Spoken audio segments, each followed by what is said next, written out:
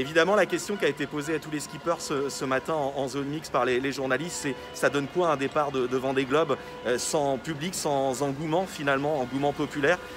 Jérémy Biou, qui va participer à son 4e, lui a tout de suite dit que le public donnait du peps le jour d'un départ. Nicolas Troussel, lui, estimait que ça allait enlever une certaine pression et ça allait être un peu moins dur sur le plan émotionnel. Mais tous les skippers étaient unanimes. Ils espèrent que pour leur arrivée, il y aura bien sûr du public et des spectateurs partout au Sables d'Olonne dans 2 mois et demi, 3 mois. Ce matin, on a eu la chance de voir quasiment tous les skippers en zone mixte et on a pu se rendre compte à quel point ils étaient extrêmement spontanés par rapport à d'autres sportifs.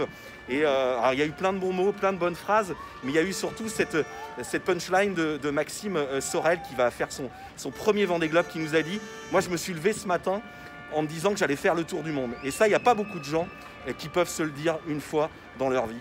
Et on a senti qu'il était extrêmement ému, Maxime Sorel. Contexte sanitaire oblige, la ville des Sables d'Olonne est complètement bloquée pour le départ du Vendée Globe. Les quais sont interdits, il y a énormément de forces de l'ordre.